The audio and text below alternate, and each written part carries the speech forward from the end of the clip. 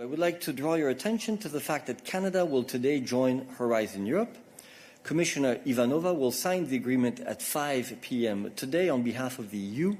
The signature ceremony will be broadcast live on EBS. Further details are available in our daily news, which we are publishing as we speak. That was all from us today. We are now ready to take your questions. Hello everyone. Je suis Mona Nemer. Je vais être votre maître de cérémonie aujourd'hui. Pour ceux qui ne me connaissent pas, je suis la conseillère scientifique en chef du gouvernement du Canada et c'est un immense plaisir pour moi de vous accueillir ici dans ma ville, la ville de Montréal. Alors, Madame la commissaire Ivanova, chère Iliana, Monsieur Champagne, Madame l'ambassadrice de l'Union européenne, Mesdames, Messieurs les ambassadeurs, chers collègues du Canada, chers collègues de l'Union européenne et de partout au monde. Alors, bienvenue pour cet événement historique. Je pense que le mot n'est pas trop fort, que nous allons avoir la chance finalement auquel on va participer, qui est la signature de l'entente d'association entre le Canada et l'Union européenne. Alors, c'est une étape très importante dans les relations scientifiques qui nous unissent les deux continents et le Canada avec l'ensemble de nos amis européens. Donc, c'est évidemment une étape importante qui ne se fait pas toute seule. Et grâce au ministre Champagne qui a donc embrassé ce projet et qui l'a fait sien, nous voilà aujourd'hui pour ceci. Donc, vous connaissez tous et toutes le ministre Champagne, mais permettez-moi quand même de rappeler qu'il est le parlementaire de Saint-Maurice, Shawinigan. Moi, je connais Shawinigan, voilà. Et qu'il est ministre de la science, l'innovation et l'industrie depuis 2021. Avant ça, et c'est assez exceptionnel, il était ministre des Affaires étrangères et avant ça, ministre du commerce extérieur. Je dis ça parce que c'est très rare quand même d'avoir un ministre de la science et de l'innovation qui a une sensibilité aussi prononcée pour la partie internationale. Et je crois que ça, c'est extrêmement important et ça nous aide énormément. Le ministre Champagne, bien sûr, est un grand champion de la science et de l'innovation et on l'a vu au dernier budget, on a eu des investissements historiques pour la recherche, pour la science et la technologie. Donc, le ministre Champagne lui-même, je dirais, Minister Champagne is a citizen of the world. He studied in different countries, worked in different countries, including the United States, Europe, and of course, Canada. So, without further ado, Minister Champagne, je vous passe la parole, s'il vous plaît.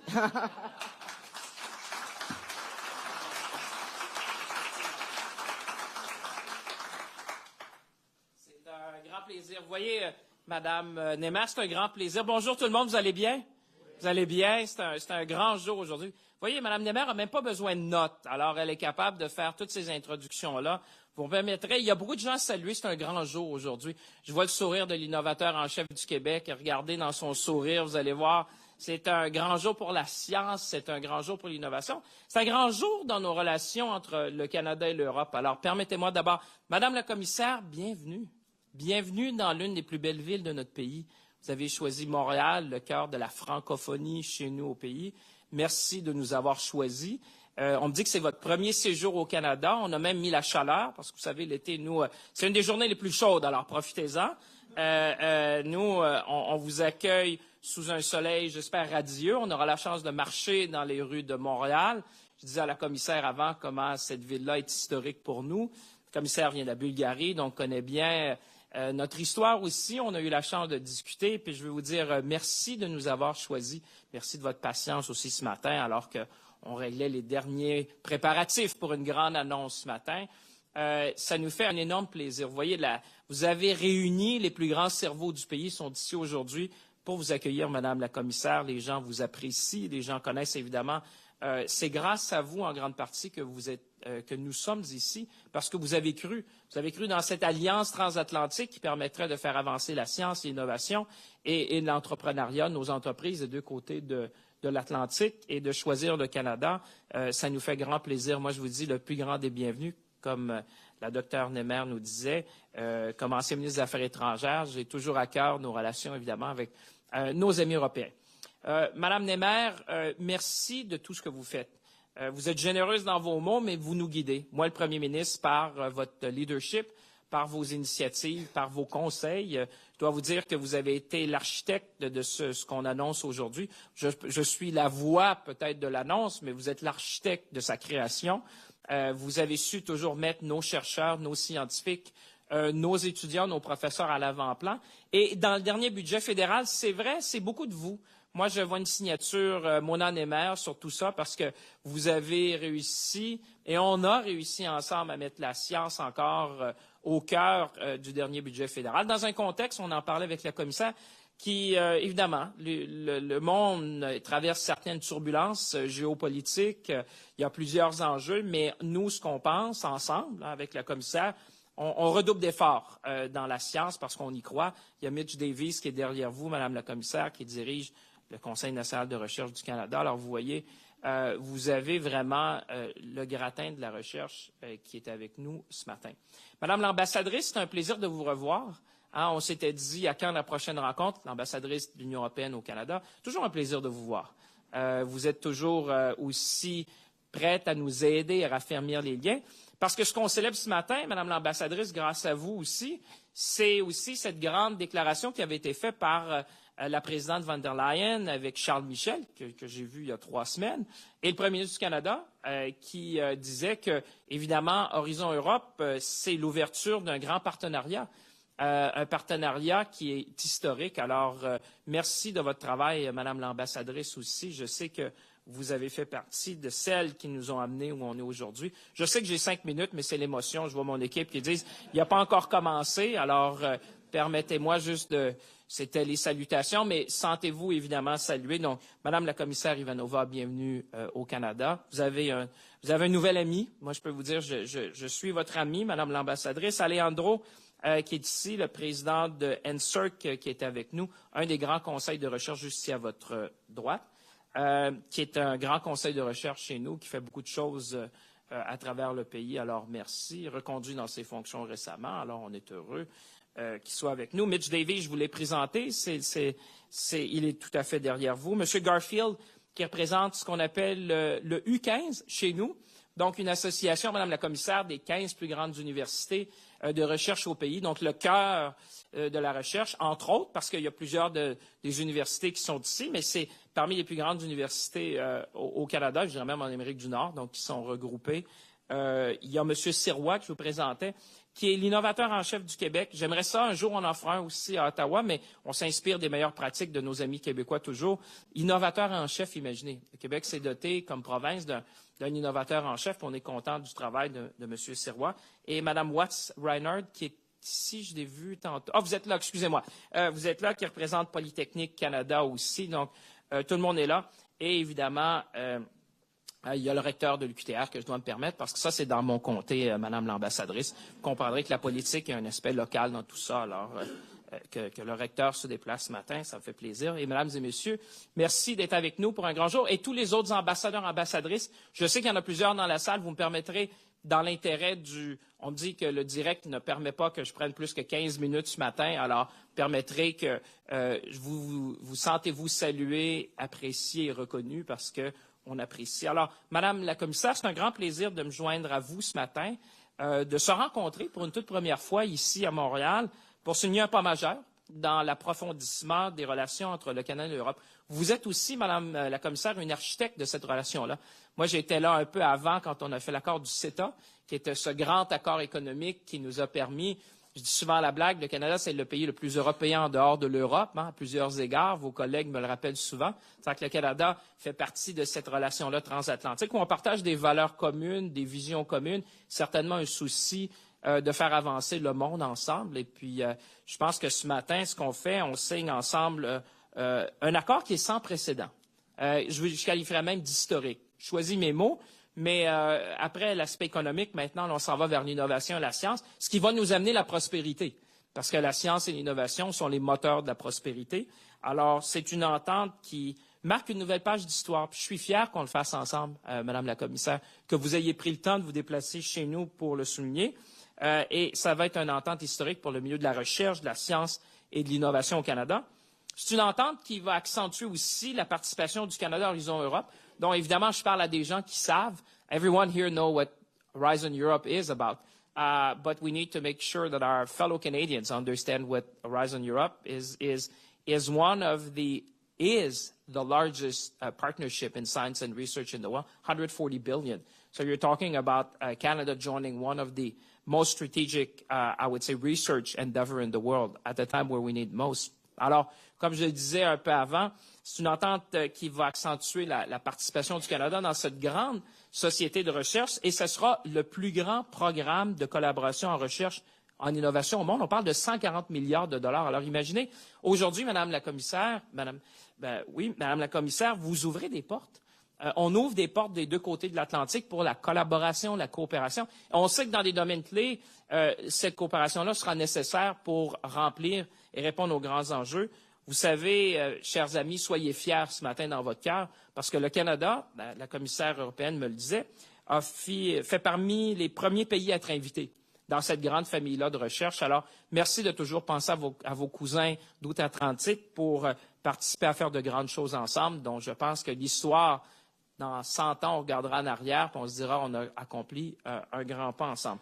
Aujourd'hui, nous devenons, le Canada, le premier pays en Amérique à devenir membre associé. Donc, il y a beaucoup de choses à célébrer aujourd'hui. Et je dirais, pour tous ceux qui sont dans la salle, Madame la Commissaire, c'est le reflet de l'excellence de nos chercheurs, de nos professeurs, de nos étudiants, de tout l'écosystème de la recherche ici. Parce que vraiment, vous avez l'écosystème de la recherche qui est rassemblé ici ce matin, et c'est tout l'écosystème qu'on célèbre. Parce que vous savez, mon rôle comme le vôtre, souvent, c'est d'être ambassadeur de l'excellence. Moi, j'ai le privilège de représenter souvent les gens qui sont ici. Et vraiment, c'est eux qu'on célèbre parce que si vous nous avez choisis, et si on s'est choisis mutuellement, c'est parce qu'on reconnaît que des deux côtés de l'Atlantique, il y a de l'excellence en recherche et innovation et qu'on peut faire plus ensemble. Je pense qu'il y a un message ce matin qui est simple, c'est plus ensemble. Et vous nous avez choisis. Alors, nos chercheurs, nos innovateurs, nos entreprises vont faire plus facilement la possibilité de mettre en commun des ressources, de l'expertise, des connaissances avec des partenaires européens et du monde entier pour s'attaquer aux problèmes les plus pressants. On pense évidemment à des changements climatiques, on pense à tout ce qui est quantique, l'intelligence artificielle, la cybersécurité, la santé, l'indépendance, l'autonomie plutôt alimentaire. Donc, les grands enjeux du monde, on est tous conscients, surtout vous, dans le domaine de la recherche et de la science. Vous savez que la voie de l'avenir, c'est de collaborer ensemble, c'est de coopérer, c'est de mettre en commun nos ressources pour justement développer l'innovation dont l'humanité aura besoin pour faire face à ces grands enjeux. Alors, ça va nous donner à nos chercheurs, à nous, une occasion encore plus de faire des partenariats sur l'international et de partager cette connaissance-là. Et ça va nous renforcer, je pense, mutuellement, comme leader mondial. À un moment dans le monde où les démocraties libérales regardent des pays comme le Canada, évidemment l'Union européenne, pour amener des solutions novatrices basées sur des valeurs communes. Je pense que ce matin, c'est ce qu'on fait. Alors, de notre côté, on est content, Madame la Commissaire, d'annoncer qu'on mettra 150 millions de dollars dans Horizon Europe sur les 4 prochaines années. Contribution du Canada pour justement permettre à nos innovateurs de participer à ce grand projet-là. Like I was saying, this is more than a partnership. This is, in my view, this is a framework, a milestone for prosperity in the 21st century. It signals a new chapter in our relationship with the European Union. As you know, we already have one of the largest or most celebrated trade agreement between our nations, I would say. And this morning, we're going around science and innovation. So this is really the next phase. It's a unique opportunity for the people in the room, our researchers, our students, innovators, professors, to do more together. At the time, Madam Commissioner, well, I would say the world is wanting more from us. They want more from Canada, more from the European Union, and we're sending a message of hope, of opportunities, of possibilities to all these young people who are looking at us. And it's proof of our commitment to advance. So, en terminant, Madame la Commissaire, avant que je vous présente, je dirais à tout le monde dans la salle, saisissons l'opportunité. Je pense qu'on ouvre une opportunité unique à tout le monde aujourd'hui.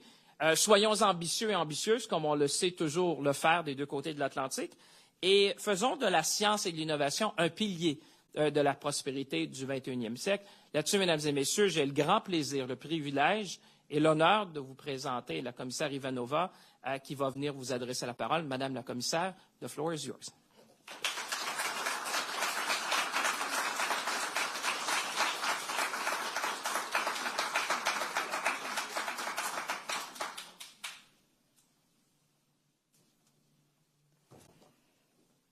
Merci beaucoup, Ministre Champagne, Mesdames et Messieurs, Excellences, chère Mona. It is my true pleasure to be here today in Montreal and an honor to sign, as you said it yourself, this historic agreement for research and innovation today. Canada has produced, I think we all know, outstanding researchers, from Frederick Banting, who co-discovered insulin in 1922, to Donna Strickland, who won the Nobel Prize in Physics for her work on laser technology a century later. And the whole humanity benefited from their discoveries. Our EU-Canada relationship, as you very well described it, dear Minister, is based on shared values, close cooperation, and strong people-to-people ties. You are one of our closest and most strategic partners. And I'm extremely happy that our program opens doors today to Canadian researchers. They will have prime access to opportunities to elevate their research and innovations, and also our European researchers, in return, will benefit from Canadian excellence. Your association to the second pillar of Horizon Europe, focusing on global challenges and European industrial competitiveness, is indeed a great leap forward. This will allow us to develop solutions to common challenges, as you rightly said it, be it the degradation of our environment, the climate change, or public health. And following this signing today, your researchers will be able to participate in open calls on equal terms as their counterparts in the EU. You will also be able to lead consortia and be funded directly through the program. But Canada is no stranger to Horizon Europe, as your participants already benefited from 156 projects, and I'm sure you will quickly make use of the great opportunities for deepening the research, for example, in the fields of bioeconomy, climate, digital, space, oceans, health. An association is not only about collaboration between researchers, it is also about the systemic engagement between policymakers, as you will be able also to join the governance structures of Horizon Europe as observer, and we are very keen to welcome your views. Association is also a strong sign of our geopolitical alliance. It complements the dialogues we hold in many fora as like-minded partners, and I welcome very much our recent exchanges in February in Brussels with Mona on the multilateral dialogue on principles and values for international cooperations hosted together with the Belgian presidency of the Council of the European Union. And I'm also very much looking forward next week for the G7 meeting in Bologna, where together we will address the global issues such as research security, support to scientists, and also the reconstruction of Ukraine. Monsieur le Ministre, chers amis, nous ouvrons aujourd'hui une ère de coopération fructueuse pour nos scientifiques et pour nos chercheurs. Les informer pour ces opportunités nouvelles et les aider à en faire pleinement usage est essentiel. Nous allons de notre côté diffuser la nouvelle de votre adhésion à Horizon Europe dans nos États membres. En parallèle, nous préparons une campagne d'information ciblée en Colombie-Britannique et aussi dans l'Alberta Je vous invite donc, ainsi que le réseau des points de contact nationaux, à faire connaître ces nouvelles opportunités le plus largement possible dans tout le Canada. Monsieur le ministre, nous sommes très heureux de mettre nos forces en commun aujourd'hui dans l'intérêt de nos citoyens et de nos sociétés. Je souhaite à tout le monde bonne chance et merci beaucoup.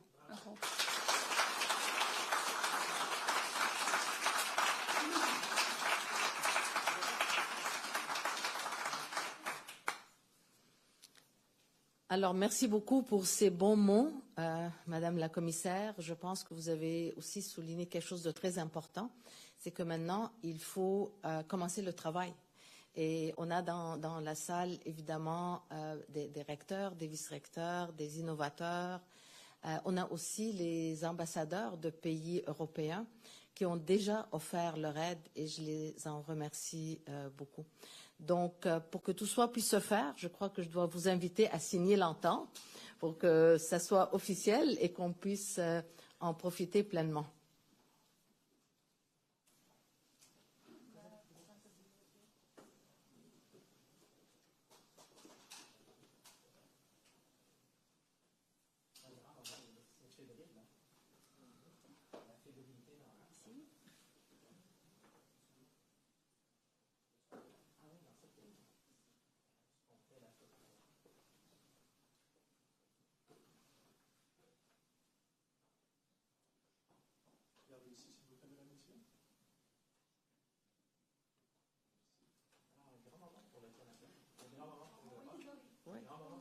N'oubliez pas de signer. Hein.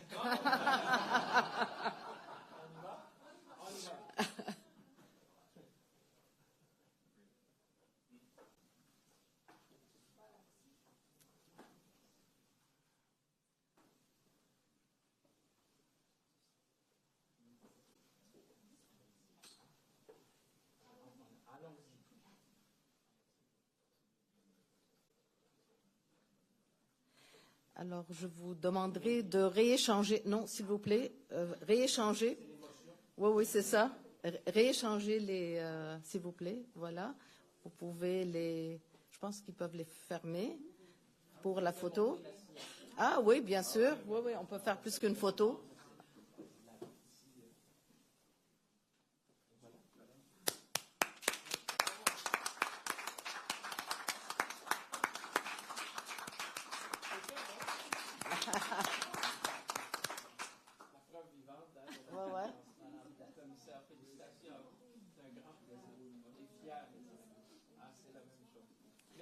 OK. OK. Bravo, bravo.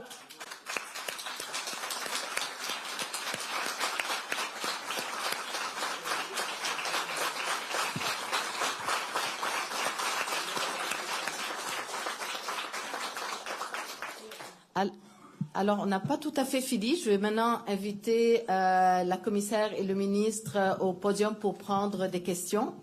Et après ceci, on fera des photos de famille, si vous voulez bien. Donc, à vous le podium. Il y a quelqu'un qui va gérer les questions. Oui, exactement. Je suis ici. Donc, le micro est juste ici. Donc, s'il vous plaît, vous identifiez votre média. Puis, ça va être une question et un suivi. So, we'll start the question. So, please please say your name, name your media, and it will be one question and one follow-up.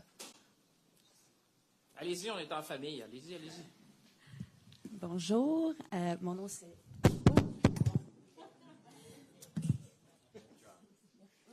C'est l'émotion. C'est l'émotion, c'est ça, Madame la Commissaire. Erin Saez de Radio-Canada. Je voulais vous poser une question par rapport au projet éolien qui a été annoncé à Hydro-Québec. Qu'en pensez-vous, justement? J'imagine que vous voulez que je réponde à ça. Oui, s'il vous plaît, ministre Champagne. La question est pour ministre Champagne. Oui. Écoutez, moi, je pense que c'est un grand projet, c'est un beau projet. On l'a dit que, vous savez, à la fin de l'année dernière, j'ai dit un des freins à la croissance et la prospérité de notre pays, c'était la génération d'énergie. Et évidemment, un des éléments qui fait que le Québec, entre autres, si je me positionne dans le Québec, un des éléments qui fait que le Québec est maintenant l'une des juridictions les plus attrayantes en Amérique du Nord, c'est l'énergie verte. C'est-à-dire, il y a deux grands courants, si vous regardez dans l'économie mondiale. Il y a l'aspect de la digitalisation de l'économie et aussi de la décarbonation. La décarbonation, le Québec est devenu un grand leader. Vous avez vu, la semaine dernière, j'étais chez Rio Tinto, par exemple, du côté du Saguenay, où maintenant on produit l'aluminium le plus vert au monde, ici au Québec. Et on a des partenaires comme Apple, comme BMW, comme Audi, qui s'approvisionnent chez nous, qui disent que le Québec est le fer de lance, par exemple, dans l'aluminium vert. Même chose avec Nordvolt quand on fera les batteries vertes ensemble. Même chose avec IBM quand on fera les semi-conducteurs. Alors, moi, je vois dans le grand projet d'Hydro-Québec, vous savez, on vit cette nouvelle ère, je dirais. Il y a eu l'ère de M. Bourassa, des grands projets, des grands barrages hydroélectriques. Évidemment, aujourd'hui, l'énergie éolienne, on a toujours dit, fait partie des différentes alternatives qu'on a pour produire de l'énergie verte. Mais c'est clair que pour moi, de produire de l'énergie verte, c'est d'assurer la prospérité du Québec aujourd'hui comme demain. Merci. Vous en avez parlé aussi justement de Nordvolt. Ma question pour suivre un peu, ça serait et qu'est-ce qui se passe en ce moment par rapport à les jouer? Ben, écoutez, j'ai été en contact. Nordvolt, c'est le grand projet, une compagnie suédoise qui est venue s'installer justement chez nous. Pourquoi? Parce que le rêve, c'est de produire la batterie la plus verte au monde. Alors, ce rêve-là demeure. Moi, je vous dirais que la destination est claire. L'échéancier peut bouger un peu, mais la destination est claire. J'ai été en contact hier avec les dirigeants en Europe de Nordvolt, que je connais, parce qu'on les a amenés justement chez nous au Québec. Il faut savoir que l'industrie des batteries venait en Amérique du Nord, puis on a réussi à avoir une station ici au Québec, tant mieux. C'est un des projets phares au Québec de la relance économique verte, plus gros investissement privé de l'histoire du Québec, et ce sera l'endroit au monde où, je pense, on produira la batterie la plus verte au monde. Alors, les dirigeants m'ont assuré qu'on garde le cap, mais évidemment, il y aura peut-être un ajustement sur l'échéancier. Je vous dirais, si vous prenez une perspective historique, vous savez, j'aime regarder ce qui s'est passé quand Ford a lancé le fameux Model T. Si vous retournez derrière, il y a un siècle, il y a beaucoup de gens à l'époque qui disaient « Je ne suis pas tellement sûr que le Model T va avoir un certain succès ».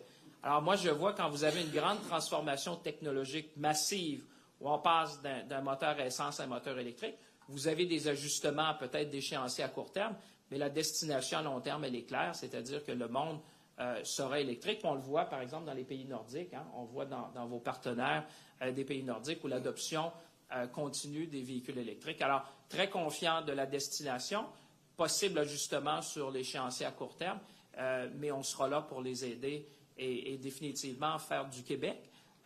Moi, j'ai toujours dit, ce qu'on a réussi à faire, qui était une grande avancée pour le Québec en 2023-2024, c'est de faire entrer le Québec dans l'industrie automobile. Ceux qui sont un petit peu plus vieux se rappelleront, on a déjà eu des petites usines, mais là, quand on parle d'une usine de près de 9 milliards de dollars, la plus grande qui s'installe en Amérique du Nord, moi, je leur disais, ayez confiance parce que vous serez certainement l'un des leaders de l'électrification en Amérique du Nord, alors j'ai bien confiance. Merci. Bonjour, Carl Marchand, Cogeco Nouvelles. Monsieur Champagne, comment cette entente-là, justement, Horizon Europe et l'adhésion du Canada pourrait aider des projets comme Nordvolt à respecter leurs échéanciers? Tout à fait. Bien, écoutez, vous mettez le doigt sur quelque chose d'important parce que avec la commissaire ce matin, ce qu'on fait, c'est d'ouvrir la porte à des partenariats qui n'existaient pas avant. Comme je le disais dans l'entrée de jeu, Horizon Europe, c'est un partenariat de recherche de 140 milliards de dollars. Vous imaginez, 140 milliards de dollars. Et on l'a toujours dit, pour que non seulement on fasse la batterie d'aujourd'hui et de demain, parce que vous comprendrez qu'il y a des avancées technologiques importantes dans le domaine des batteries, et on a besoin de faire des partenariats. Je vous donne un exemple. Xanadu, une compagnie qui est canadienne, a le seul ordinateur quantique au monde, qui travaille sur la technologie des batteries. Pourquoi? Parce que les batteries, c'est une recette chimique. Alors, quand vous utilisez un ordinateur quantique, vous gagnez à peu près 2-3 ans en recherche et développement. Alors, si vous me demandez aujourd'hui si je suis optimiste, je me dis, bien, écoutez, avec Horizon Europe, avec les talents qu'on a en Europe, parce qu'il faut savoir que la technologie des batteries, ce n'est pas une technologie qu'on avait beaucoup en Europe ni en Amérique du Nord. Principalement, c'était dans les pays asiatiques. Maintenant, il y a des industries du côté de l'Europe. Il y a certainement le Canada. Vous savez, vous n'avez pas besoin que je le dise, mais Bloomberg disait que le Canada devance la Chine maintenant pour les prochains 30 ans dans l'industrie des batteries et des véhicules électriques. Alors, je pense qu'on est en bonne position et certainement de pouvoir travailler ensemble avec la commissaire, d'ouvrir des partenariats nouveaux. Moi, je pense que ça va nous amener plus loin. C'est vraiment l'esprit de ce matin. Je pense que c'est un jalon. Vous savez, il faut toujours avoir la perspective de l'histoire, parce que quand on regarde à court terme, on voit bien. Mais l'idée, c'est pas de regarder l'arbre et la forêt, mais d'ici 10 ans, vous regarderez ce qu'on a fait ce matin. Pour moi, il y a des innovateurs aujourd'hui, puis je vois M. Sirois avec un sourire, qui vont bénéficier de ça pour nous faire avancer plus loin, plus rapidement. Just to underline again the opportunities that the second pillar opens. I'll speak in euros, but it's 53.5 billion euros that the second pillar of Horizon Europe represents. And it is not only in clean tech and hydrogen and green energy. The cooperation is in 6 clusters where there is health, societal challenges, bioeconomy, agriculture, environment. All these areas are now open for Canadian researchers, innovators to come and join efforts with our European companies and researchers to cooperate. And I firmly believe that this will bring most added value to both our societies. Merci. Dan Spector from Global News. Minister Champagne, there are public calls from Liberal MPs for the Prime Minister to quit. If he does, are you planning on running for the Liberal leadership? I have been very clear over the last few days that Justin Trudeau is the leader of the Liberal Party of Canada. I support it, obviously. And I think the thing we need to do as a team now is to focus on the issues that matter to Canadians and go win that election. Because I think the next election is about in which kind of society we want to live. I was just sharing with the Commissioner before this morning what we've seen in recent elections across the world. And I think we should all take a deep breath as Canadians and reflect on which society we want to live. And I think we obviously have the most experienced team, a team which is dedicated to the well-being of Canadians, to provide prosperity, to provide opportunities, to preserve the Canadian values. And fundamentally, I think this is where Canadians are, so I'm going to fight very hard to make sure that we preserve what makes us proud as Canadians and make sure that the work that we have done. I understand that for a lot of folks at home who are watching, the issues that concern them around cost of living, the cost of housing, the cost of cell phone, the cost of food. And I can assure them that every morning I wake up to see with my colleagues what we can do to help Canadians, and I think Canadians have seen us in action over the last few years to say that we always have their back, and that's the best way, in my view, to continue as a nation, and I'm going to fight to make sure that we win that next election. Do you think the Prime Minister is the right person to lead the Liberal Party into the next election, and if so, why? Well, I've been, again, very clear that Prime Minister Trudeau is our leader, and he's been able to bring a team around him to make sure that we deliver for Canadians. And I can tell you, I've been saying that to a number of colleagues, the best way to win is to focus on Canadians. This has always been the recipe for success, and it will always be the recipe, and that's what I do every single morning. I wake up and I say, what can I do to improve the lives of Canadians? And this morning is a great example by opening up opportunities and possibilities for our students, for our researchers, for our professors, for all our scientists around the country to prosper. I think is another testament that we need to focus, and we are focusing on what matters to Canadians, and that's what I'm going to be doing every single day until the next election. Just quickly on... Non, ça va être ces deux questions. Well, go. You're the last one. I was just on Northvolt. You spoke about it in French. I was just wondering what you thought about the troubles that they're having and what it could mean to the project here in Quebec. Listen, Northvolt, as I was saying to the Commissioner is well aware, Northvolt is one of these premium companies in the world. And I remember the first time I met them, actually was a text message. I'll publish that one day. You'll have access to it in the book. So I'll give you a free chapter this morning. But when I attracted them, and we met actually just here, a few blocks at the Fairmont, I talked to Peter Carlson, who is the CEO of the company back in Sweden. And I said, what's your dream? He said, well, Minister, my dream is to build the greenest battery in the world. Well, I said, you're at the right place at the right time, because this is the jurisdiction that can give that to you. And we started from there. So what I said, I was in exchange. I'm known for text messages, so we texted each other overnight. And the conclusion is very clear.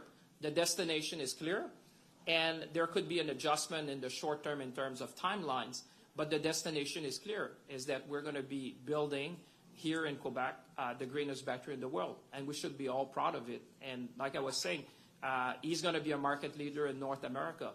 And I was reflecting, because I read a bit what happened with Ford and Model T at the time. There was a lot of people who thought, whether Model T would have some success. I think that today, when you have disruptive technology like that, which provide a transformational shift, yeah, you may have adjustments in the short term, but the destination is very clear. And Canada and Quebec are going to lead in that destination of building electric vehicle. And the good thing we did in 2023, Madam Commissioner, that's something we can even work on, as you said, because there's three aspects of what we announced. There's the research, there's the industrial aspect of it, and innovation. I think in innovation, when it comes to the battery of the future, that could be a field where Canada and the European Union and Quebec, we can excel. So with that, I would say I feel very confident that Quebec will be the place. As Bloomberg said it. Bloomberg said we're ahead of China for the next 30 years when it comes to the battery ecosystem. So kudos to the people in the room and the workers who are going to make it happen. Thank you. Merci. Merci tout le monde.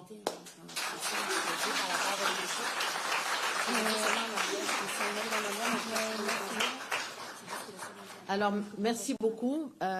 Merci pour les questions et les réponses. Je me permets juste de rappeler, comme vous l'avez dit, Monsieur le ministre, qu'il n'y a pas juste la recherche dans Horizon Europe, mais il y a aussi la partie innovation. Et je vois là-dedans vraiment une cohérence et une coordination extraordinaire, parce qu'évidemment, la recherche va entraîner les travailleurs et les innovateurs de demain.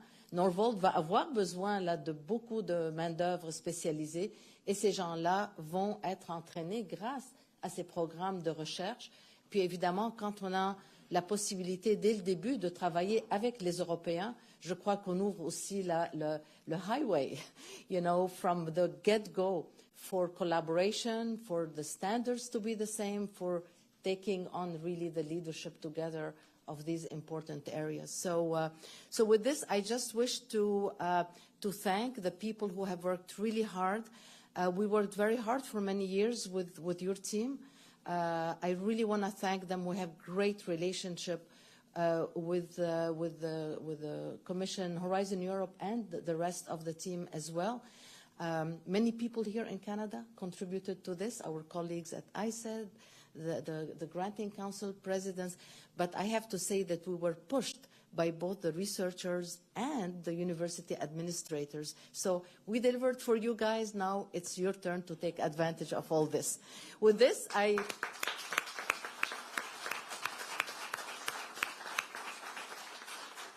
think that we can take some pictures with your permission. So, Just ici, on va commencer avec...